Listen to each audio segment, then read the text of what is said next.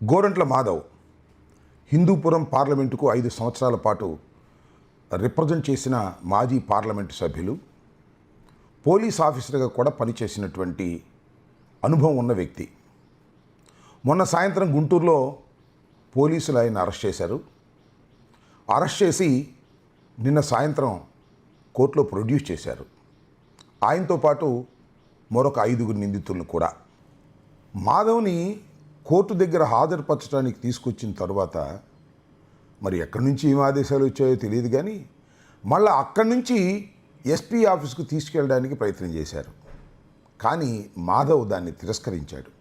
Court దగ్గరికి తీసుకొచ్చి హాజరు పెట్టకోకుండా మీరు ఎందుకు నన్ను వెనక్కు తీసుకువెళ్ళే ప్రయత్నం చేస్తున్నారు? ఎస్పీ గారు మాట్లాడాలనుకుంటే ఆయన్నే రమ్మనండి ఇక్కడికి, అంతే తప్ప నేను ఎందుకు రావాలి? కోర్టులో ప్రొడ్యూస్ చేయాల్సిన సమయం ఆసన్నమైంది అని ఆయన అక్కడే భీష్మించడంతో తప్పనిసరి మళ్ళా కోర్టులో హాజరుపరిచారు. అందరికీ స్థానిక కోర్టు సుదీర్ఘమైన విచారణ జరిగిన తర్వాత 14 రోజుల పాటు రిమాండ్ విధిస్తూ ఆర్డర్ పాస్ చేశారు రాత్రి. ఈ నేపథ్యం ఏంటి? అసలు గోరంట్ల మాధవ్ని అంత హడావుడిగా అరెస్ట్ చేయాల్సిన అవసరమే ఉంది? కోర్టులో ప్రొడ్యూస్ చేసి జైలుకు పంపవలసినటువంటి పరిస్థితి ఎందుకు ఏర్పడింది? చాలా కాలం నుంచి ఎదురు చూస్తున్నారు. వైఎస్ఆర్ కాంగ్రెస్ పార్టీలో యాక్టివ్గా ఉండేటటువంటి నాయకుల మీద ఎక్కడ దొరికితే అక్కడ కేసులు పెట్టాలని, వారిని అణిచివేయాలని, భయపెట్టాలనేటువంటి ఒక ఫిలాసఫీని తెలుగుదేశం పార్టీ అలవర్చుకుంది. దానికోసం పోలీసు యంత్రాంగాన్ని విచ్చలవిడిగా చట్ట వ్యతిరేకంగా వాడుకునేటటువంటి ప్రయత్నం చేస్తుంది. దానిలో భాగంగానే గోరంట్ల మాధవ్ని మొన్న ఇక్కడ అరెస్ట్ చేశారు. వారు చెప్పే ఆరోపణ ఏమిటి అంటే, గోరంట్ల మాధవ్ చేబ్రోలు కిరణ్ అనే వ్యక్తి ఎవరైతే సోషల్ మీడియాలో భారతి గారి మీద అసభ్యకరమైన వ్యాఖ్యలు చేశారో అతన్ని గుంటూరు ఎస్పీ ఆఫీస్కు తీసుకొస్తుంటే మధ్యలో అడ్డగించాడని, అతని మీద దాడి చేయడానికి ప్రయత్నం చేశాడని, పోలీసు వారితో ఘర్షణ పడి వ్యాన్లను డిస్టర్బ్ చేశాడని, డ్యామేజ్ చేశాడని ఆరోపిస్తూ ఒక సెక్షన్ కాదు, సుమారుగా 11-12 సెక్షన్స్, ఎట్టి పరిస్థితుల్లోనూ మెజిస్ట్రేట్ బెయిల్ ఇవ్వడానికి వీలైనటువంటి కఠినమైన సెక్షన్స్ అన్నీ కూడా దానిలో పొందుపరిచి నిన్న సాయంత్రం కోర్టులో ప్రొడ్యూస్ చేశారు. ఇది జరిగిన విషయం. ఈ ప్రొడ్యూస్ చేసే ముందు ఎప్పుడైతే అరెస్ట్ చేశారో అప్పటి నుంచి ప్రొడ్యూస్ చేసేంత వరకు జరిగినటువంటి పరిణామాలు చాలా ఆసక్తికరంగా ఉన్నాయి. అదేమిటంటే, అరెస్ట్ చేశారు ముందు, ఆ తర్వాత నగరంపాలెం పోలీస్ స్టేషన్కి తీసుకువెళ్ళారు. సరే, నగరంపాలెం పోలీస్ స్టేషన్కి తీసుకువెళ్తే బహుశా ఈ రాత్రి అట్టుబెట్టి రేపు ప్రొడ్యూస్ చేస్తారులే అని అనుకున్నాం. నేను లేళ్ల అప్పిరెడ్డి గారు ఇద్దరం వెళ్ళి, ఇంకా కొంతమంది న్యాయవాదులను కలిసి వెళ్ళి ఆయన్ని యోగక్షేమాలు తెలుసుకుందామని ప్రయత్నం చేశాం. పోలీసు వారు మమ్మల్ని అలౌ చేయలేదు. అలౌ చేయకపోగా మాకు అక్కడికి వెళ్ళిన తర్వాత తెలిసినటువంటి విషయం ఏమిటంటే, అది కూడా మీడియా మిత్రులే చెప్పినటువంటిది, వెనుక నుంచి వెనక్కి తీసుకువెళ్ళిపోయారు అని. కొద్దిగా ఆందోళన చెందాం. ఎందుకు తీసుకువెళ్ళారు, ఎక్కడికి తీసుకువెళ్తున్నారు, ఏం చేయబోతున్నారు అనే ఆందోళన సహజంగానే ఎవరికైనా కలుగుతూ ఉంటుంది.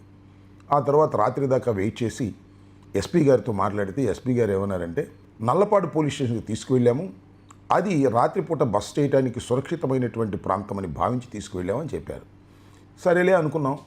పొద్దున్నే వెళ్ళి ఆయన్ని పరామర్శించి అసలు ఆయన రాత్రి ఫుడ్ తిన్నారా లేదా, ఆయన ఏమైనా ఇబ్బంది పెట్టారా, ఏమైనా మెడిసిన్స్ ఏమైనా కావాలా అని అడుగుదామని నేను ప్రత్యేకంగా వెళ్ళాను.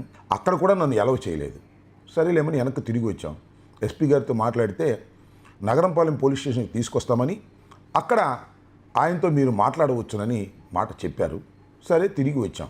సరే, నగరంపాలెం పోలీస్ స్టేషన్కి తీసుకురాలేదు, కానీ ఒక ఆసక్తికరమైన విషయం జరిగిందనేది మీ దృష్టికి తీసుకురావాలి, ప్రపంచం దృష్టికి తీసుకురావాలి, సమాజం దృష్టికి తీసుకురావాలని నేను అనుకుంటున్నాను. అదేమిటంటే, గోరంట్ల మాధవ్ 5 సంవత్సరాల పాటు పార్లమెంటు సభ్యుడిగా పనిచేశాడు.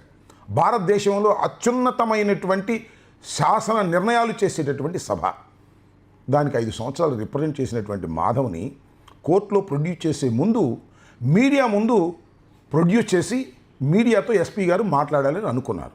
సరే, ఎందుకు అనుకున్నారో నాకు తెలియదు. ఇది చాలా దుష్ట సాంప్రదాయం. మాధవ్కి ఒక నల్ల ముసుగు వేసి తీసుకొచ్చి మీడియా ముందు ప్రదర్శించాలనేటువంటి ఒక పిచ్చి ప్రయత్నాన్ని పోలీసులు చేశారు. ఎందుకు చేశారో నాకు అర్థం కాలేదు. ఎందుకంటే భారతదేశంలోని అత్యున్నతమైన శాసనసభకు 5 సంవత్సరాలు రిప్రజెంట్ చేసినటువంటి గోరంట్ల మాధవ్ మీద ఆ విధంగా ఎందుకు కక్ష సాధించాలని పోలీస్ డిపార్ట్మెంట్ అనుకున్నది? ఎందుకు ఆయన్ని అవమానపరచాలని అనుకున్నది? ఆయన్నే కాదు, వైఎస్ఆర్ కాంగ్రెస్ పార్టీని కూడా అవమానించాలని అనుకున్నది. ఈ ప్రశ్నకు సమాధానం ఏమిటి? ఈ ప్రశ్నకు సమాధానం ఒక్కటే. ఎంటైర్ పోలీస్ డిపార్ట్మెంట్ పొలిటికల్ ఏజెండాతో నడపడానికి లోకేష్, చంద్రబాబు నిర్ణయించుకున్నారు. వారి సలహా మేరకు, వారి సూచనల మేరకే మాధవ్ మీద ముఖానికి ముసుగు గప్పి ఒక దొంగల్లాగాను, ఒక హ్యాబిచువల్ అఫెండర్స్ లాగాను మీడియా ముందు ప్రొడ్యూస్ చేయాలి, కించపరచాలనేటువంటి ప్రయత్నం చేశారు. మాధవ్ పోలీస్ ఆఫీసర్, అంతేకాదు 5 సంవత్సరాలు పార్లమెంటు సభ్యుడిగా పనిచేశాడు. వైఎస్ఆర్ కాంగ్రెస్ పార్టీలో ప్రముఖ లీడర్, బీసీ నాయకుడు, ధైర్యవంతుడు. అడ్డం తిరిగాడు. ఏమనుకుంటున్నారు మీరు? నేను 5 సంవత్సరాలు పార్లమెంటు సభ్యుడిగా పనిచేసే నన్ను ముసుగేసి మీడియా ముందుకు తీసుకొస్తారా? తమాషా అనుకుంటున్నారా అని గర్జించాడు. అందరితో వెనక్కి తగ్గారు. చూశారు కదా మీరు ఎస్పీ గారు ప్రెస్ మీట్లో, మొత్తం 6 ముద్దాయిలు అయితే 5 కనపడతారు. 6 ఆయన కనపడ్డు. ఆయనే గోరంట్ల మాధవ్. ఈ 5 ముసుగేసి తీసుకొచ్చి ప్రవేశపెట్టారు. What is this? ఏమిటి అన్యాయం అని అడుగుతా ఉన్నా. వాళ్ళు వైఎస్ఆర్ కాంగ్రెస్ పార్టీ కార్యకర్తలు. వాళ్ళు నేరం చేశారని మీరు ఆరోపిస్తున్నారు. ఆ నేరం రుజువు కాలేదు. కేవలం వాళ్ళు నేరారోపణ చేయబడిన వ్యక్తులే కానీ నేరస్తులు కాదు. ఎందుకు ఈ విధంగా మీరు కించపరచాలని ప్రయత్నం చేస్తున్నారో నాకు అర్థం కావటం లేదు. ఇది దుర్మార్గం. పోలీసులు ఈ విధంగా వ్యవహరించడం తప్పు. ఎవరిని ప్లీజ్ చేయాలని మీరు ఇలా చేస్తున్నారో సమాజానికి అర్థం కాకుండా ఉండదని కూడా ఈ సందర్భంగా మనవి చేస్తున్నా. ఇదే కాదు, చేబోల్ కిరణ్ అతన్ని ప్రొడ్యూస్ చేశాడు. అతను చాలా దారుణంగా తిట్టాడు, చాలా దారుణంగా మాట్లాడాడు. భారతమ్మ గారిని మాట్లాడాడు, జగన్మోహన్ రెడ్డి గారిని మాట్లాడాడు. వైఎస్ఆర్ కాంగ్రెస్ పార్టీ నాయకులందరినీ మాట్లాడటమే అతను వృత్తిగా పెట్టుకొని పనిచేస్తున్నాడు సంవత్సరం నుంచి. చివరికి ఇవాళ అరెస్ట్ చేశారు, కేసు పెట్టారు, అతను కూడా ముసుగేశారు. ఎందుకు వేశారో నాకు అర్థం కాల. శిక్షించదలుచుకున్న వాళ్ళు కోర్టులో గట్టిగా శిక్షించే కార్యక్రమాలు చేయాలి, సెక్షన్స్ గట్టిగా వేయాలి, ఆర్గ్యుమెంట్స్ బాగా చెప్పాలి తప్ప ముసుగేసే సంస్కృతి ఏమిటి అని అడుగుతా ఉన్నా.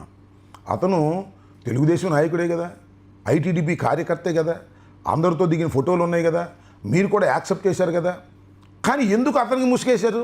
గోరంట్ల మాధవ్కు ముసుగేయాలనుకుంటున్నారు అంటే పొలిటికల్గా ఉన్నటువంటి వ్యక్తుల్ని ముసుగులు వేసి కించపరచాలని మీరు అనుకుంటున్నారు. సరే, అతనంటే చిన్నవాడు కాబట్టి మీరు ముసుగేసినా ముసుగు తీసినా అతను పెద్ద నాయకుడు కాదు. మరి గోరంట్ల మాధవ్కు ముసుగేసి ప్రవేశపెట్టాలనేటువంటి ఒక నీచమైన ఆలోచన పోలీసు వారికి కలగటానికి కారణం రాజకీయ ఒత్తిడి కాదా నేను అడుగుతా ఉన్నా. దీనికి సమాధానం చెప్పవలసినటువంటి బాధ్యత పోలీసు యంత్రాంగం మీద ఉంది అని నేను అంటున్నా. ఎందుకంటే ఇది పైనుంచి వచ్చిన ఆదేశాలే తప్ప పాపం లోకల్గా ఉన్న పోలీసులు చేశారని నేను అనుకోను.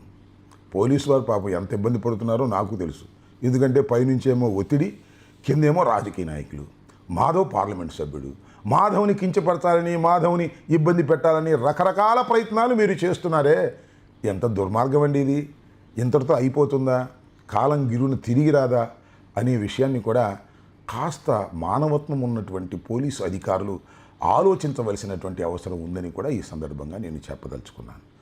కాబట్టి టోటల్గా చెప్పదలుచుకున్నది ఏంటంటే, గోరంట్ల మాధవ్ని ఏ విధంగా అయినా సరే అరెస్ట్ చేయాలని చాలా కాలం నుంచి ఎదురు చూస్తున్నటువంటి ప్రభుత్వానికి ఈ వంక దొరికితే, ఈ వంకతో ఆయన్ని అరెస్ట్ చేసి వేధించే కార్యక్రమాలు చేస్తున్నది. ఒక్కటి గుర్తుపెట్టుకోండి, మీరు ఎన్ని అరెస్టులు చేసినా, ఎంతమందిని లోపల వేసినా భయపడతారని మీరు అనుకుంటున్నారు.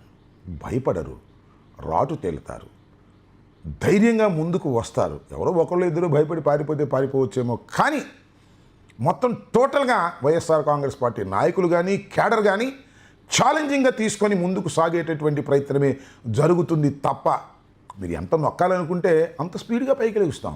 చూశారు కదా ఈ 11 మాసాలలో ఏ విధమైన పరిస్థితులు ఏర్పడ్డాయో, వైఎస్ఆర్ కాంగ్రెస్ పార్టీ ఏ విధంగా ముందుకు దూసుకుపోతుందో, తెలుగుదేశం పార్టీ కానీ కూటమి కానీ ఎంత అల్లరి పాలవుతుందో ఇప్పటికైనా గ్రహించండి, రాజకీయంగా ఎదుర్కోండి.